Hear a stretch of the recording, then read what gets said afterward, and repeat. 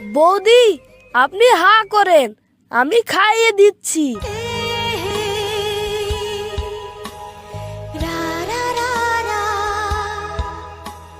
সত্যি বৌদি অনেক ভালো। আমি যদি এরকম তরমুজওয়ালাকে বিয়ে করতাম তাহলে বসে বসে অনেক তরমুজ খেতাম।